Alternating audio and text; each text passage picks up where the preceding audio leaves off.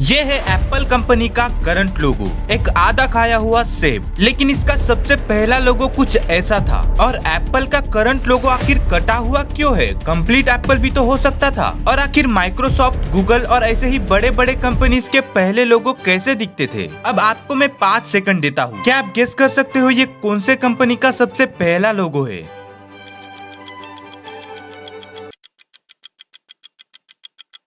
Guess नहीं कर पा रहे? वेल, इस वीडियो के एंड तक बने रहना, पता चल जाएगा। तो आइए जानते हैं बड़े बड़े फेमस कंपनीज के सबसे पहले लोगो आखिर कैसे दिखते थे। Number 10, Pepsi. 1898 में केले ब्रैडम नाम के एक फार्मेसी ओनर ने ब्रैड्स ड्रिंक का आविष्कार किया और उसे बेचना शुरू किया। और फिर 1903 में उस ड्रिंक का नाम पेप्सी कोला रखकर पेटेंट कराया। और तभी ब्रैडम अपने डिलीशियस प्रोडक्ट के लिए पहला लोगो लेकर आए, जो कुछ ऐसा था, एक हैंड रिटन फॉन्ट में पेप्सी कोला वर्ड। इस लोगो को 1905 से लेकर 1906 में थोड़े बहुत चेंजेस करके ऐसा बना दिया, जिसमें उन्होंने ड्रिंक ऐड कर दिया। फिर अर्ली 40s में उस लोगो को ऐसा बना दिया। पेप्सी के बॉटल कैप पर लोगो को डिजाइन किया गया। ये आइडिया पेप्सी के सीईओ का था। फिर 1962 में डिजाइन को चेंज करके कुछ ऐसा बनाया गया, जिसमें फॉन्ट को बदल दिया। फिर ये लोगो इवॉल्व होते होते 1973 में ऐसा हुआ। फिर 1992 तक ऐसा हो गया। और फाइनली इतना चेंज करते करते करंट लोगो कुछ ऐसा हो गया, एकदम सिंपल। नंबर 9, कैनन, जो कि एक कैमरा ब्रांड है। हालांकि हम में से ज्यादातर लोग मानते हैं कि कैनन का नाम इंग्लिश वर्ड कैनन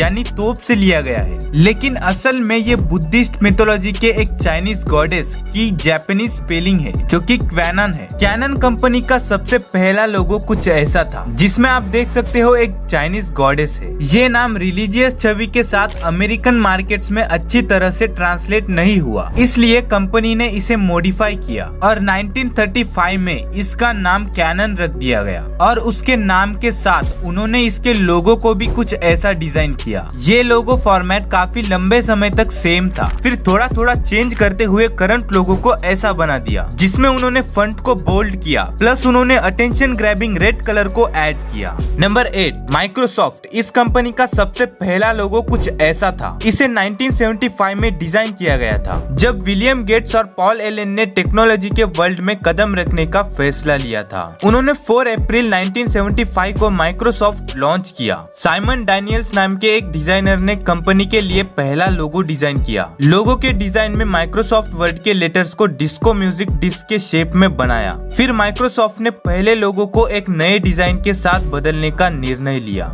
इस बार लोगो का डिजाइन हेवी मेटल से इन्फ्लुएंस होकर बनाया गया। उस समय हेवी मेटल बैंड मेटालिका का सिमिलर लोगो था। और फिर 1987 तक ये लोगो इवॉल्व होके कुछ ऐसा हो गया। ओ लेटर में हॉरिजॉन्टल लाइंस कंपनी के लोगो को एक सीडी के तरह दिखाती है, उसे यूनिक और मेमोरेबल बनाती है। फिर कुछ ऐसा लोगो डिजाइन किया गया, जो कि 2011 तक चला। और फिर 2012 में इस 4 कलर्ड विंडोज लोगो को डिजाइन किया गया, जो कि अभी भी है। नंबर 7, गूगल का ओरिजिनल लोगो यानी फर्स्ट लोगो कुछ ऐसा था, जिसे 1998 में बनाया गया। सिंपल लेकिन कलरफुल था। और फिर 1999 तक गूगल ने याहू की स्टाइल को अपनाते हुए एक एक्सक्लेमेशन मार्क ऐड कर दिया। इस फेमस लोगो को रूथ केदार नाम के एक डिजाइनर ने बनाया था। और करंटली थोड़े बहुत शेडिंग के चेंजेस के साथ गूगल के लोगो में सेम प्राइमरी कलर्स है। इस लोगो को 2015 में डिजाइन किया गया। 1999 से लेकर 2015 के बीच के इस लोगो इवोल्यूशन में बहुत ही छोटे छोटे चेंजेस किए गए, जैसे कि शेडिंग और फॉन्ट। और प्रेजेंट लोगो काफी सिंपल है।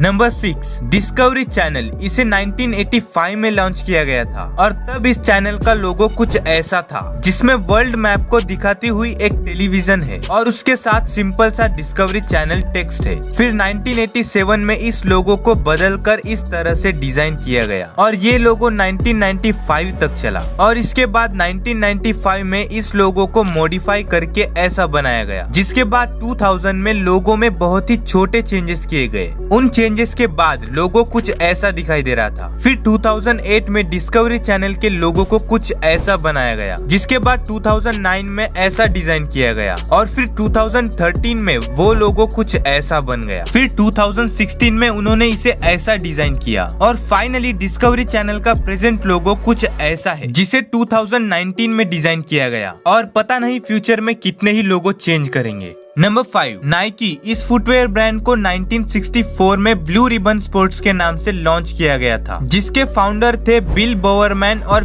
फिल नाइट, और तब इसका लोगो कुछ ऐसा था। 1971 में इसका नाम बदलकर ऑफिशियली नाइकी कर दिया गया और 1971 में ही इसका पहला लोगो बनाया गया। कैरोलिन डेविडसन इसका डिजाइनर था। ये डिजाइन 1978 तक चला और नाइकी के लोगो को नाइकी स्वूश भी कहा जाता है। फिर 1978 में इस लोगो को बदलकर कुछ ऐसा डिजाइन किया गया। ये लोगो 1985 तक चला। 1980 के दशक तक नाइकी स्वूश ग्लोबल एथलेटिक एक्सेलेंस और परफॉर्मेंस का सिंबल बन गया था। फिर 1985 में उनका लोगो कुछ ऐसा हो गया। उन्होंने बस एक रेड बैकग्राउंड ऐड कर दिया। 1995 तक नाइकी स्वूश इतना फेमस हो गया था कि कंपनी बिना किसी वर्ड मार्क के कॉन्फिडेंशियली सिंबल का यूज कर सकती थी, और 1995 में उनका लोगो कुछ ऐसा हो गया, बिना किसी वर्ड मार्क के सिर्फ सिंबल, और ये लोगो अभी भी चल रहा है। नंबर 4, नोकिया कंपनी का पहला लोगो 1865 में सामने आया था, जिसमें एक मछली को दिखाया गया था जो नोकियन विर्टा रिवर की सैल्मन फिश मानी जाती है, और ये लोगो 1871 तक चला। 1871 में इसे थोड़ा क्लीन डिजाइन किया गया, जो कि कुछ ऐसा दिखता था। फिर 1898 में लोगो को कम्प्लीटली चेंज करके कुछ ऐसा बना दिया गया, और ये लोगो करीब 70 साल तक टिका। यानी उन्होंने 1898 से लेकर 1965 तक इसी लोगो का यूज किया, जो कंपनी के इतिहास में सबसे लंबे समय तक चलने वाला बैज बन गया। फिर 1965 में एक नया लोगो बनाया गया। Black and white round shape के अंदर कंपनी का नाम दिखाया गया है। फिर 1966 में इसका फंट चेंज कर दिया, और इसके बाद 1978 में इस लोगो को चेंज करके कम्प्लीटली सिंपल कर दिया गया, और ये लोगो 2023 तक चला, और ये है इनका नया लोगो जो